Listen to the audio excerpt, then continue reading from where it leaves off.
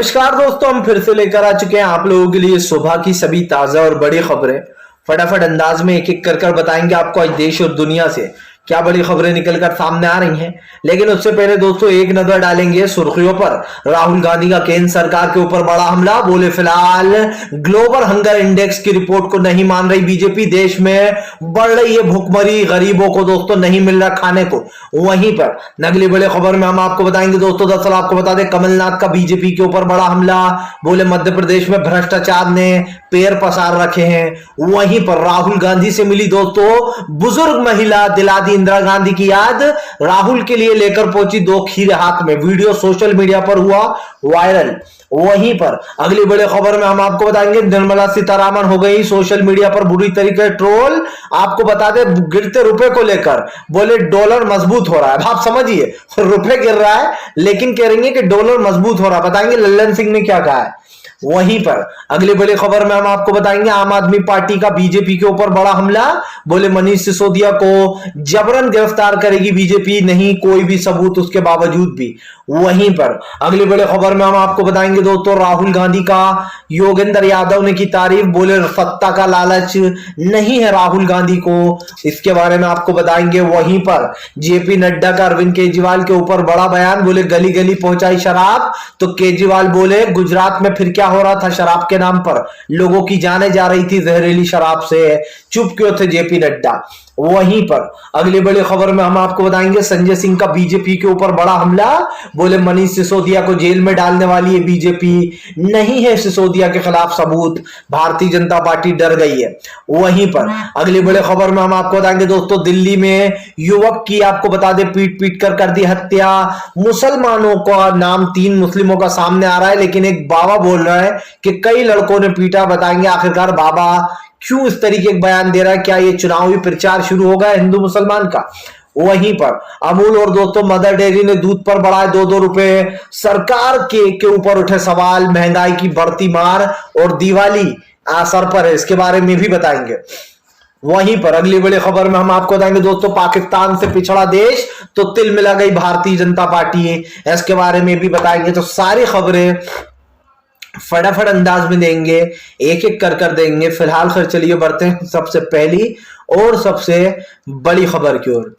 दरअसल दोस्तों आपको बता दें भारतीय जनता पार्टी के ऊपर गरजे राहुल गांधी, बोले फिलहाल देश में बढ़ती महंगाई और बेरोजगारी को नहीं मानती बीजेपी।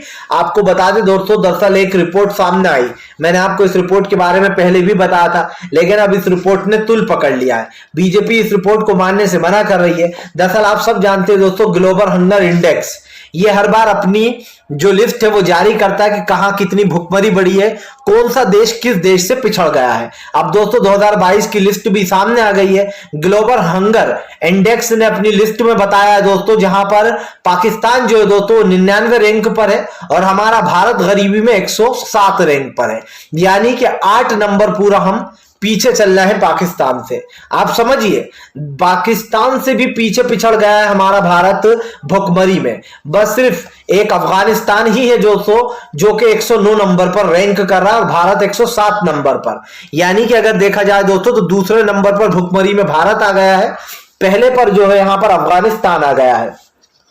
पाकिस्तान भी दोस्तों आप समझिए हमसे पिछड़ा हुआ है गरीबी और भुखमरी में, और उसके बावजूद भी मोदी सरकार कहती है कि ऐसा कुछ नहीं है। आपको बता दें राहुल गांधी ने कहा कि देश में बढ़ती भुखमरी की जिम्मेदार बीजेपी है।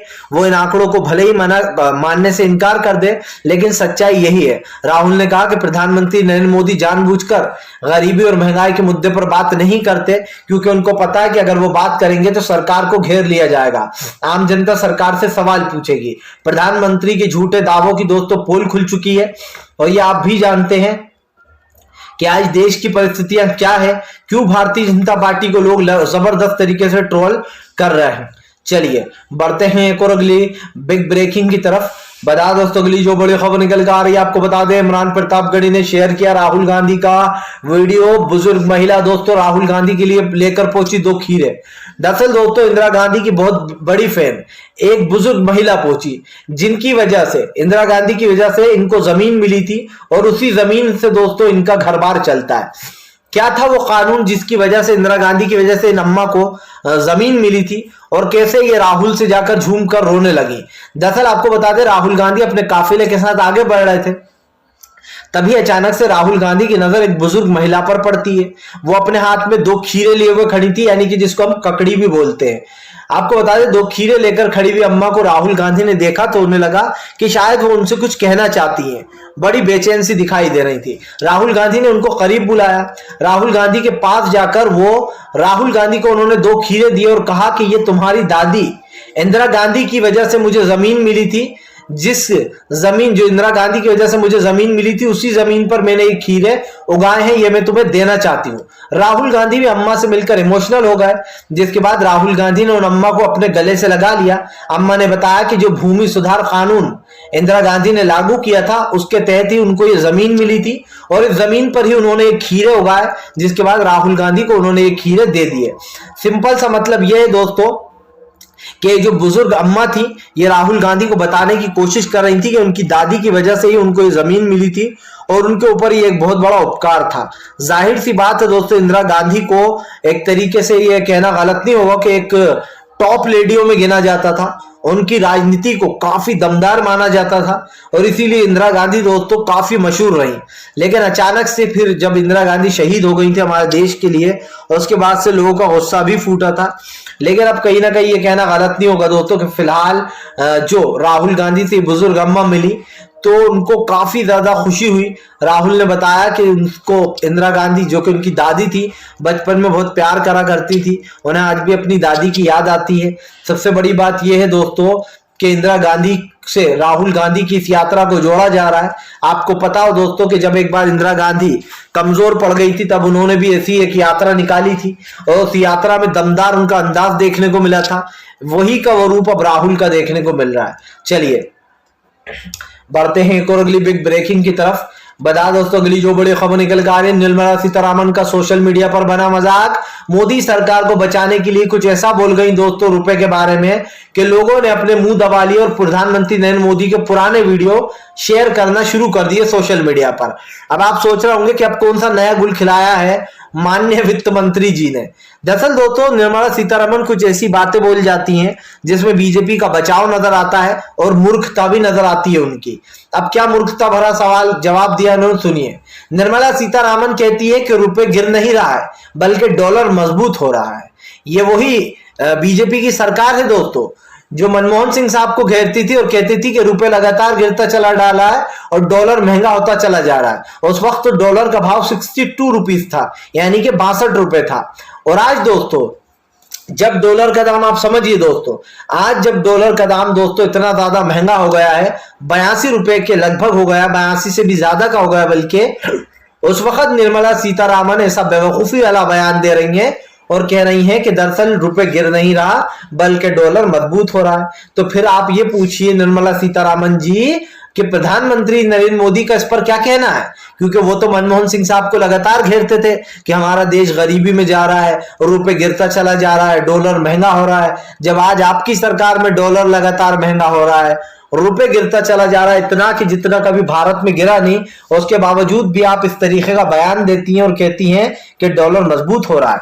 अब दोस्तों आपको बता दें, निर्मला सीतारमण के इस बयान पर वो सोशल मीडिया पर ट्रोल हो गई।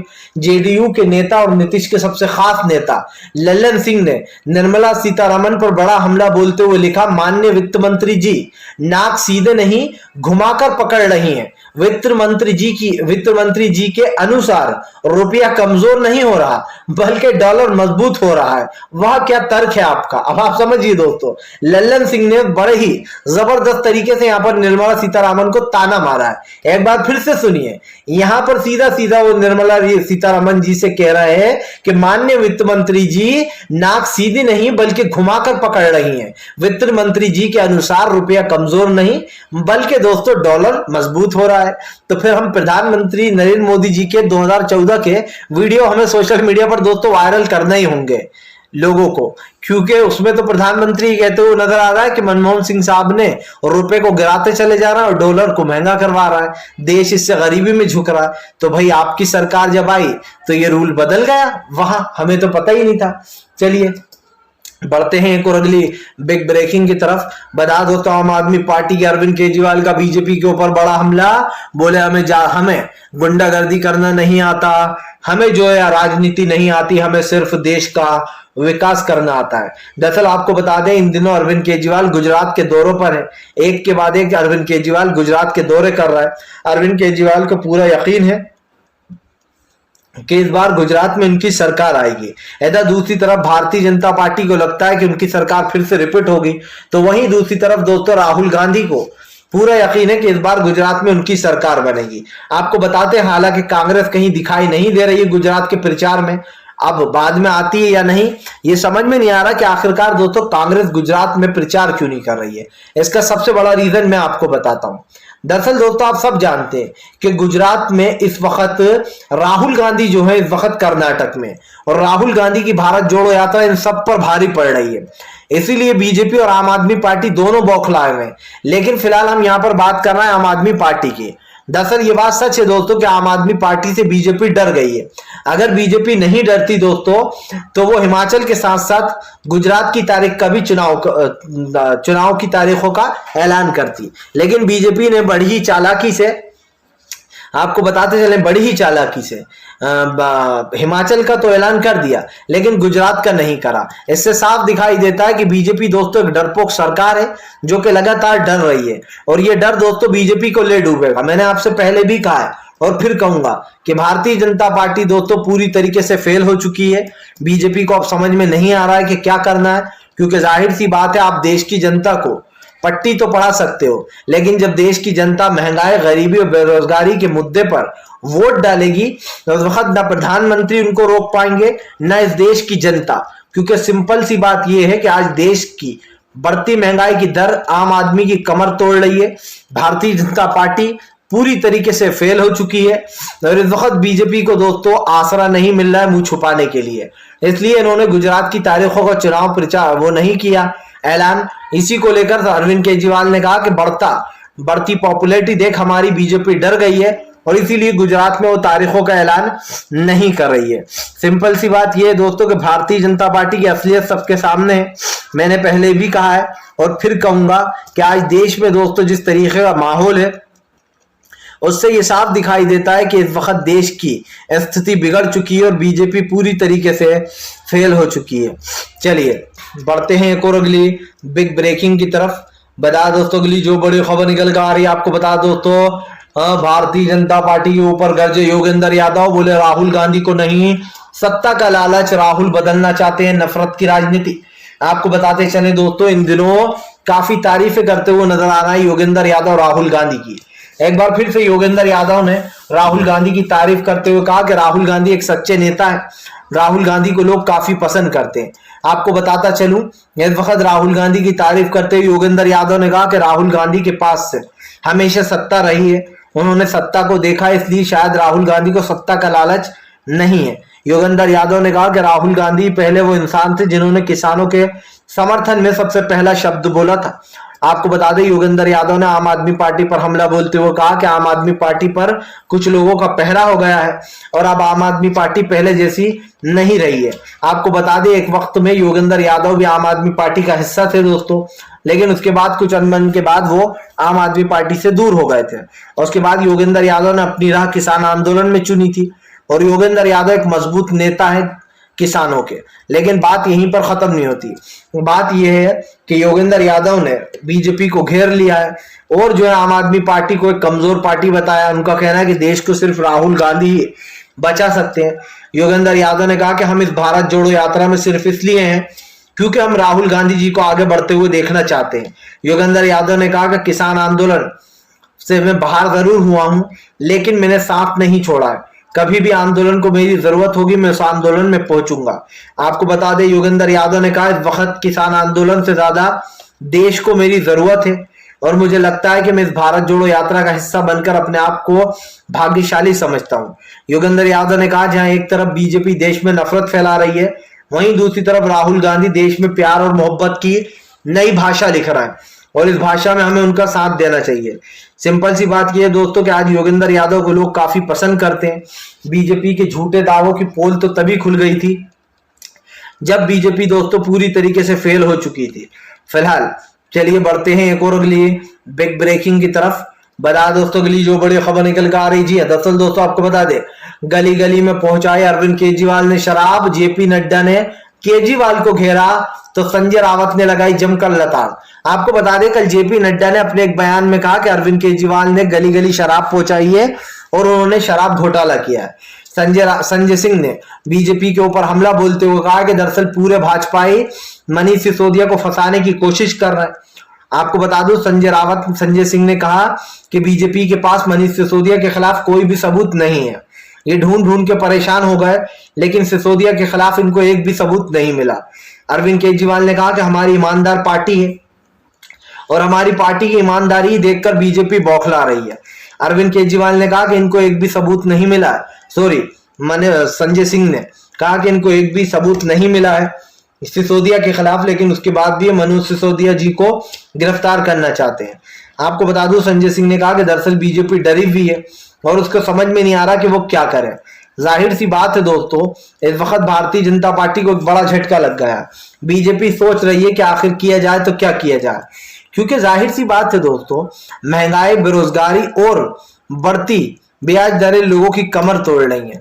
बीजेपी को सबूत नहीं मिला आम आदमी पार्टी के खिलाफ, इसलिए झूठी कार्रवाई पर आतुर है और इस सब की बौखलाहट और इस सब की वजह आप जान लीजिए गुजरात चुनाव ही है, क्योंकि ये सबको दिख रहा है कि आम आदमी पार्टी का एक तरीके से परचम लहरा रहा है गुजरात में। और अगर वहां पर सरकार बना ली दोस्तों केजरीवाल ने या फिर कांग्रेस ने, तो बीजेपी के पैरों तले जमीन खिसक जाएगी, क्योंकि ये आप भी समझते हैं कि ये लड़ाई अब सिर्फ विधानसभा चुनाव तक नहीं रह गई है, अब ये लड़ाई लोकसभा चुनाव तक पहुंच गई है।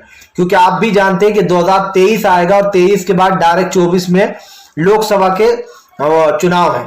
ऐसे में कांग्रेस अपनी भारत जोड़ो यात्रा निकाल रही है, तो आम आदमी पार्टी बीजेपी को घेरने में लगी है। चलिए बढ़ते हैं एक और अगली बिग ब्रेकिंग की तरफ। बता दोस्तों अगली जो बड़ी खबर निकल कर आ रही है, आपको बता दें दोस्तों, दिल्ली में हुई एक और घटना, नितेश नाम के व्यक्ति की मारपीट कर मार दिया गया उनको। लेकिन इसमें आपको बता दें 3 लोगों का नाम आ रहा है। बात ये नहीं है दोस्तों कि किन 3 लोगों ने मारा, जो भी है दोस्तों उनको सजा मिलनी चाहिए, लेकिन पुलिस कुछ और बोल रही है और एक जो बुजुर्ग गवाह है वो और कुछ बोल रहा है। बुजुर्ग गवाह को ऐसा लगता है दोस्तों जैसे बीजेपी ने सिखाया पढ़ाया हो। दिल्ली में आपको बता दें नितेश नाम के व्यक्ति की हत्या कर दी, जिसमें बताया जा रहा है एक अब्बास है और बाकी 2 अन्य आरोपी और हैं। लेकिन उनका कहना अंदाजा था कि इसमें 25 लोगों ने बाइकें लेकर गए और उसके साथ मारपीट की नितेश के साथ राडो वगैरह से, और फिर वो वहां से भाग निकले। जबकि दोस्तों पुलिस ने कुछ और ही कहानी बयां की है। अब सवाल ये उठता है कि अंदाजा को गलत सलत जानकारी देने के लिए किसने उकसाया है, या फिर किसने इनको कहा है कि फिलहाल उल्टी सीधी जानकारी दो और इसमें भी हिंदू मुस्लिम वाला एंगर ले आओ। जाहिर सी बात है बीजेपी के लिए हर लड़ाई हिंदू और मुसलमान की होती है, और जब तक इनको इनका मसाला नहीं मिल जाता तब तक इनके हिसाब से दोस्तों हर चीज जो है वो गलत है। फिलहाल अगर आपको हमारा वीडियो अच्छा लगे तो इसको लाइक कीजिए, चैनल पे पहली बार आए हो तो सब्सक्राइब भी कर लो, पास में एक घंटी आएगी उस पर दबा दो यार, ताकि आगे भी ऐसी वीडियो आपको मिलती रहे, क्योंकि हम आपके लिए इसी तरीके की वीडियो लेकर आते रहते हैं। फिलहाल चलिए बढ़ते हैं एक और अगली बिग ब्रेकिंग की तरफ। आपको बता दें दोस्तों, छात्रों ने बताई टीएटी की परीक्षा में उनको हो रही है बेहद ज्यादा दिक्कत। दरअसल दोस्तों योगी आदित्यनाथ कहते हैं कि उत्तर प्रदेश में राम राज है, लेकिन वो गलत कहते हैं, क्योंकि आप समझिए दोस्तों छात्रों की आज इतनी बुरी हालत है कि लड़कियों ने बताया उन्हें एग्जाम के टाइम पर भागकर बस पकड़नी पड़ती है और बस उनसे छूट जाती है। उन्होंने कहा लड़के तो एक बार भागकर बस पकड़ सकते हैं, लेकिन लड़कियों दोस्तों भागकर बस नहीं पकड़ पाती, जिसके चलते उन्हें काफी दिक्कतों का सामना करना पड़ता है। आपको बता दें एग्जाम के बस टाइम पर कोई भी बस अवेलेबल नहीं होती। वहां की महिलाओं और लड़कियों ने बताया कि कैसे एग्जाम में उन्हें दिक्कतें होती हैं। आपने देखा कि 2 दिन से योगी आदित्यनाथ के खिलाफ विरोध प्रदर्शन भी चल रहा था उत्तर प्रदेश में। फिलहाल तो यही है कि सरकार का कच्चा चिट्टा खुल चुका है। अब अगर आप भी वीडियो पसंद आए तो इसको लाइक